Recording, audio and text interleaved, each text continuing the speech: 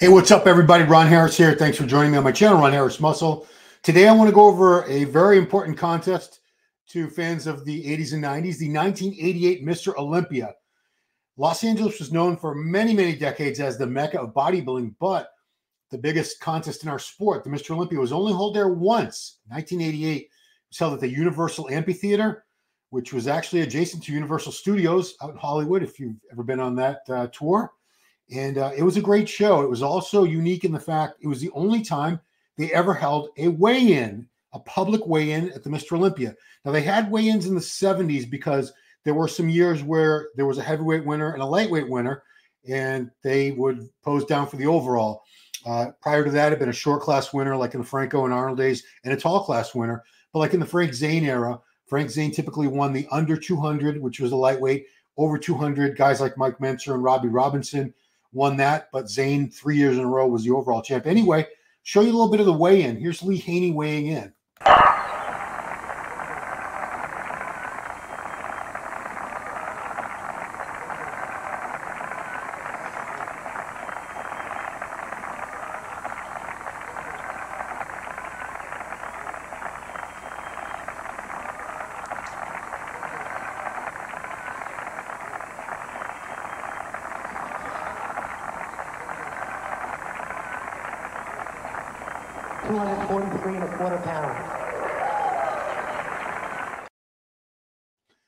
So, as you can see, it was a public weigh-in. It was held the day before the show, purely for the fans. It was, I believe, held right after the press conference.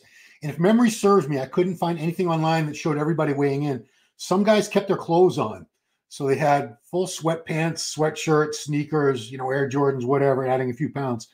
The reason I suspect it was never done again after that was because the weights for a lot of the guys were not as high as what had been reported in the magazines.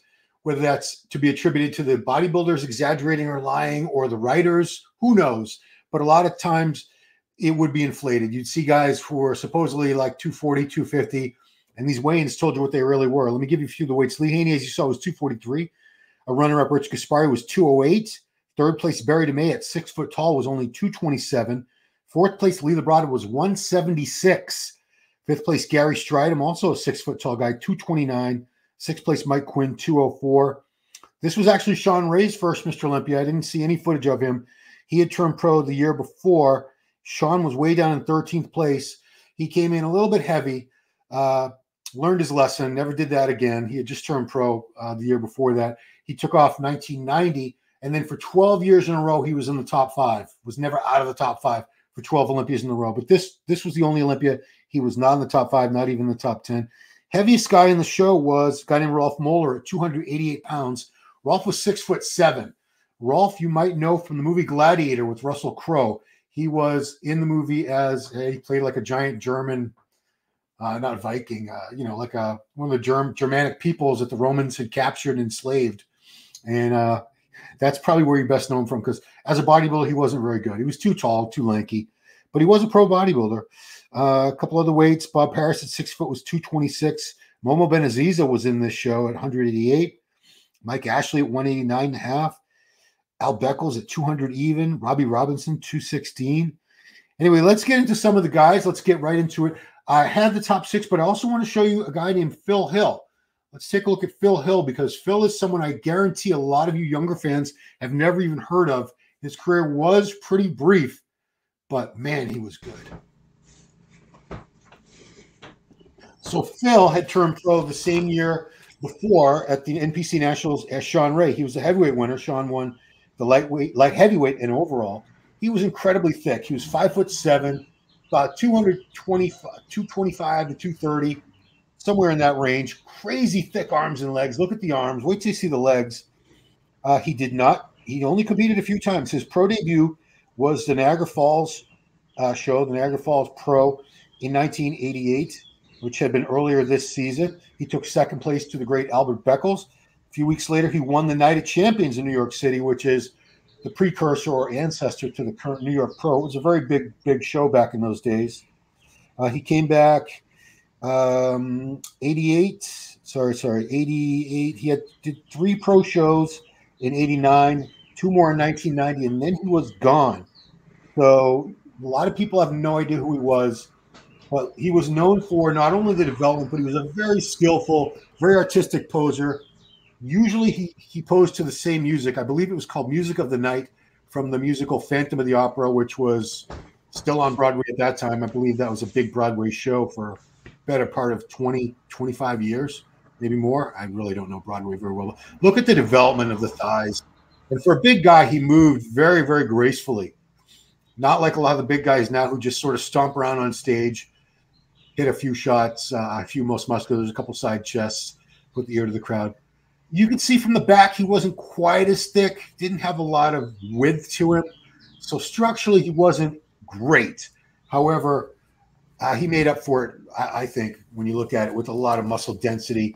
This was not the best condition I'd seen him in. I've seen footage when he won nationals. He was definitely leaner. But let's get into the top 6, guys. Top 6. 6th place is a guy, he's now passed away. Rest in peace, Mike Quinn.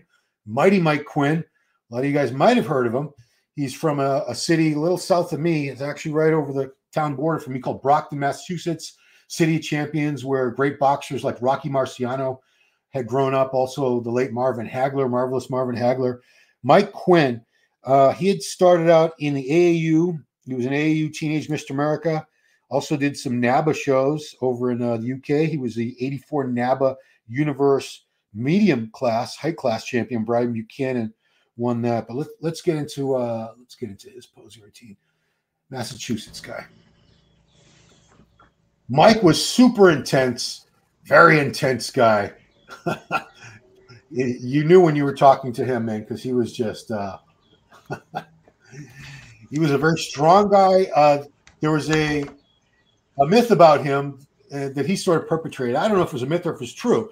He said his dad took him to the gym for the first time when he was like 14 years old. He was a fat little kid by his own admission. And the first time he ever tried to bench press, supposedly he bench pressed 315 pounds as a chubby teenager who had never touched a weight before. He had great arms, great back, great chest. His legs were never up to par with the upper body, but upper body was just phenomenal. So he had turned pro at the 1987 NPC USA Championships. He was a heavyweight and overall winner there. Here he took 6th. Next year in the Italy was the host the next year in Rimini, Italy for the Mr. Olympia. Took 7th there. He would do the Olympia a couple more times. 1990 in Chicago, the year it was drug tested, he took 11th. 1994, he did not place, meaning he was out of the top 15. They didn't give a placing. He never won a pro show, but he was in the top 5, 10 different occasions.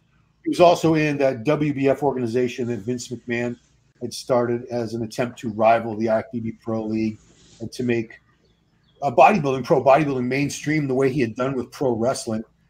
But didn't succeed. But still, Mike was an icon in the mid to late 80s, early 90s. Everybody knew who he was.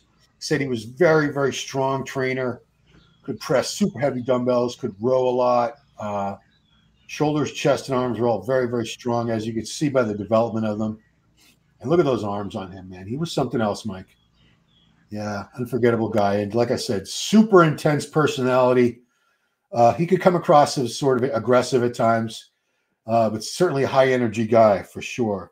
Let's move on to another guy that we covered on a couple of the recent throwback videos I've been doing. So this is Gary Strydom, originally from South Africa. He was 28 years old here.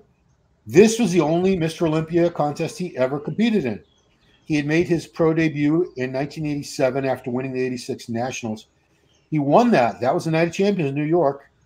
In 1989, the year after this, he won 3 Grand Prix shows in France, Melbourne, Australia, and Sweden. He came back a couple times later after the age of 40, didn't do too well, but Gary was on a lot of magazine covers in this era, mid to late 80s, early 90s. Obviously blonde hair, blue eyes, tremendous development.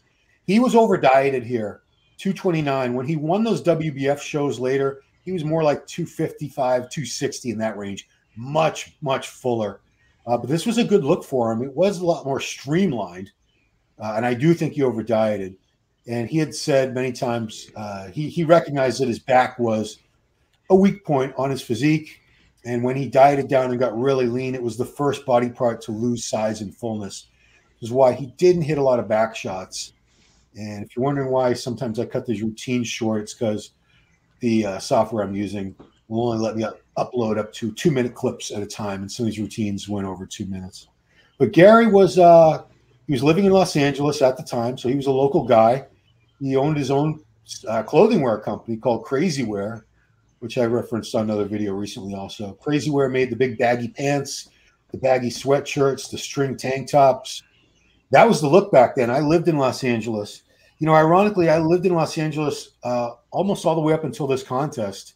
I lived there all summer of 1988, and then I drove back very end of August to head back to Boston to attend Emerson College. Even if I had stayed there, I wouldn't have gone to the Olympia. I was low on cash back in those my student days. I was a starving student. Let's take a look at who the lightest man in the contest was, but he took 4th place. We're talking about Lee Labrada. So Lee Labrada, only 176 pounds. So for him to be beating guys who were 20, 30, 40, 50, I mean, technically, you know, if you count Ralph Moeller, he beat a guy who was 112 pounds heavier than him at this show. 112 pounds. As you can see, Lee was renowned for his posing. He was 28 years old here. One of the best posers that ever graced a pro bodybuilding stage. Dramatic, graceful, powerful, great condition at the show. That's another thing about this particular Olympia. I think more people nailed it percentage-wise at this Olympia than pretty much any Olympia of that era. Because you'd see Olympia shows where there were guys who were way off their game. Here, you know, we're only showing the top 6, but I can remember seeing all the photo coverage and everything. And guys were in pretty good shape. So getting back to Lee, at this point, let's see, Lee was 28. I said he had turned pro in 1985. The Nationals also had to still win the World Amateur Championships back in those days. National win did not turn you pro, but he went and did that. He won the middleweights at the IFBB World Amateur, which in the very old days was called the Universe. His pro debut was also at that Night of Champions in New York City in 1986. He won that.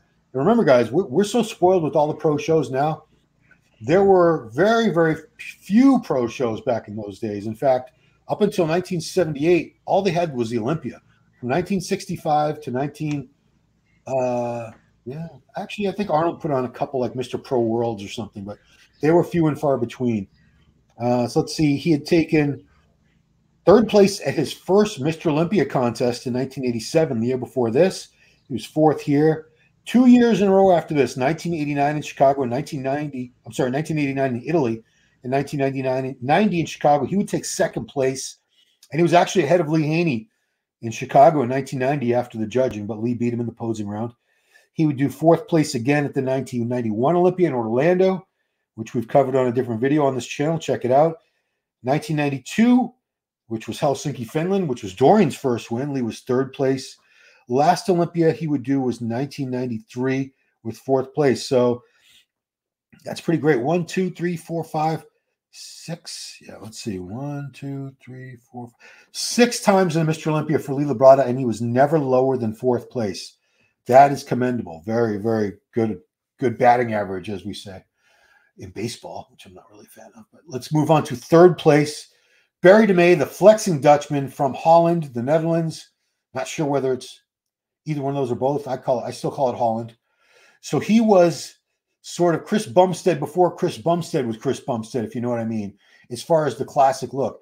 And height and weight-wise, he was about the same height and weight as Bumstead, actually a little bit lighter. So let's take a look. Okay, Barry, 227 pounds at about 6 foot. Crazy condition. He was really, really lean at this show. You know, this was an era where they were just starting to do more cardio now. You know, in the 70s, they didn't do cardio as contest prep. They just dieted, and they would use their posing practice after the workouts, and they would work out. They would increase their workout volume and do more supersets and giant sets, but they didn't do cardio, most of them. By now, we're starting to see guys do a lot more cardio, and the condition is getting better and better. So let's see. He turned pro in 1985 at the World Games, which was a contest Dorian Yates had actually been sort of talked into a week after his debut at a regional show in Great Britain or UK, whatever you call it.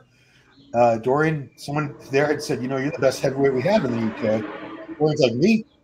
I just started competing. You sure? And they said, yeah, come on down. He took 7th place at an international championship, which was pretty damn great. Let's see. How did Barry do as a pro? 85, which was 3 years before this. He had been 6th place at the Olympia. 86, he was 5th place. 87, the year before this, which was Gothenburg, Sweden. Again, 6th place. 88 would be the last Mr. Olympia he competed in. Barry never won a pro show, but he was an influence on a lot of people. Good-looking guy, tall. Condition was always right on point. Small waist, great proportions. He was definitely, you don't hear him brought up as being one of the inspirations for classic physique as often as you do guys like Frank Zane and a few others, Bob Paris. But for sure, Barry Demey has to be one of the bodybuilders of the bygone era who was an inspiration to introduce classic physique into our sport. Barry was pretty damn great, and I believe Jay Cutler, that was one of his early influences, was Barry. Barry influenced a lot of people. Let's go next to the runner-up, the Dragon Slayer. He was my hero at the time. I had pictures of him all over my walls. I sort of identified with him, as I've said on other videos, because we were with the same height. We were both from the East Coast. I thought eventually maybe I could look like this guy. He was known for training really hard. And they always said, he didn't have the greatest genetics, which is debatable. He had pretty damn great genetics, guys. But he didn't have the genetics of Lee Haney, who was just naturally much taller, much wider guy, better shape genetically. But Rich made up for it with just gobs of thick, dense muscle. Let's take a look at Rich here, shall we? So Rich, 209 here, very, very lean, one of the better conditions. Unfortunately, the resolution on this is not so good, so you can't tell exactly. But Rich had a hell of a run. He wasn't at the Olympia level very long either, really, when you think about it. He's 25 years old here. He turned pro in 1984. He also had to win not only the Nationals, but the World Amateur Championships back then. Like I said, you had to do that. So he was runner-up at the Olympia 3 years in a row. This was the last time, 86, 87, and 88. He was a runner-up to Lee Haney. Pretty damn great. His pro debut at age 22, he turned pro at 21, guys. At 22, he took 3rd place at the Mr. Olympia in 1985. So he won 2 shows the next year, the 86 LA Pro and the World Pro. He would win 87, the Grand Prix in France and in Germany. 89 Olympia, he was 4th. 90, he dropped down to 5th. By 91, he was down to 10th. He was starting to rack up injuries. But after this show, he did 4 Grand Prix shows. I'm sorry, he did 7 Grand Prix shows over in Europe. And he won 4 out of the 7, and Lee Labrada won 3 out of the 7. They were going back and forth, beating each other at those shows. But the score in the end of those 7 shows was Rich, 4-3. So Rich beat him fair and square. Yeah, he was pretty damn great. The Dragon Slayer. They called him the Dragon Slayer because he wasn't the tallest guy. He wasn't really the biggest guy, but he beat a lot of guys. And he almost beat Lee Haney. He beat everyone but Lee Haney. He had a hell of a run. Yeah. Rich Gaspari, the Dragon Slayer. And now let's go to the man himself. This would be Lee's 5th Olympia win. So he's 28 years old here. He's walking into his 5th win. So there he is. You can see the tremendous symmetry. And Lee was 243 pounds here. He would get a little bit bigger. His last Olympia 91, he was about 254. He put on like a couple pounds a year. It was very, very gradual. You hear the birds chirping in the background as I recorded this. So yeah, he was already a 4-time Mr. O here. He had made his pro debut in 1983, or his Olympia debut, I should say, with the 3rd place when he was only 23 years old. He also won the Night of Champions in the Las Vegas Grand Prix that year. And following that, he focused on the Olympia solely, as a lot of Mr. Olympia champs did back then. They didn't see the point in competing in other shows because they wanted to hold on to their Olympia title, and that seemed like the most logical way to do it. So again, Lee was our first NPC National Champion, if you know that, back in 1982.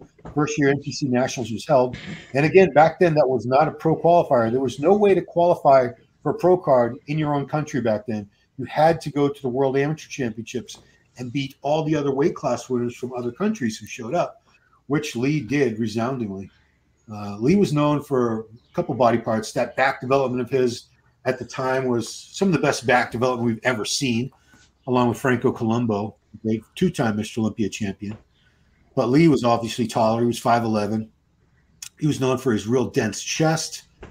Arms and legs were never as noteworthy as the torso, which is ironic because with a lot of guys, it's the arms and legs are awesome and the torso is lacking. But you can see the quality, the muscle quality, density, separation. He had incredible muscle maturity even at a young age because remember, guys, he's only in his 20s here. He's still 28 years old. He would retire at only 31 years old.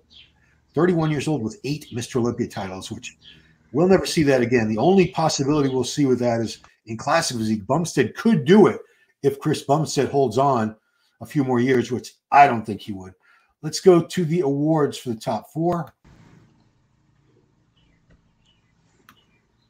Okay, so 5th and 6th have already got their awards. You can see Mike Quinn carefully studying the paperwork on his awards, trying to read what it says. Labrada gets called out for 4th place.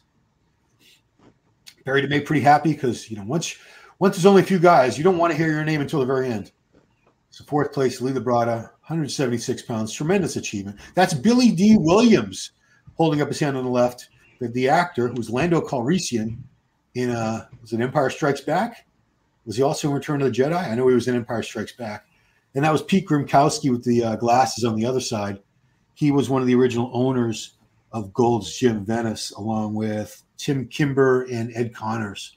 Those 3 men owned the original Gold's. Well, there were owners before that, as far as the original Gold's franchise. Barry Demey, 3rd place, again, 6 foot 227. We had Big Ramy win in Olympia at, you know, what's Big Ramy, 5'10" on a good day, right around 300 pounds. So you can see the physiques have gotten much, much bigger since then. Definitely, for sure. So there's that. It comes down to, think about this. I mean, we would never see this. Rich Gaspari and Lee Haney, 2 very, very different types of physiques. Rich gets called out for 2nd. And again, I think this was one of his lighter Olympia showings, body weight, in terms of body weight. He would be as heavy. The year before this, he had come in around 225 or 30 pounds. Definitely want to do a review of that show. At the 87 Olympia in Gothenburg, Sweden, judges had told him, even though he took 2nd place, they said they didn't like it. He was looking blocky at that heavier body weight. He was still very lean, but he downsized. He definitely downsized for this. So there's Lee capturing his 5th Mr. Olympia title. He would go on to win it 89 the next year in Rimini, Italy, 1990, Chicago, Illinois, 1991, Orlando, Florida, at Disney World Dolphin Hotel. That would be his final Mr. Olympia appearance. So that's my review, guys, of the 1988 Mr. Olympia in Los Angeles at the Universal Amphitheater. Great, great show. It was a great era. I feel so fortunate, so blessed to have been a bodybuilding fan in that era.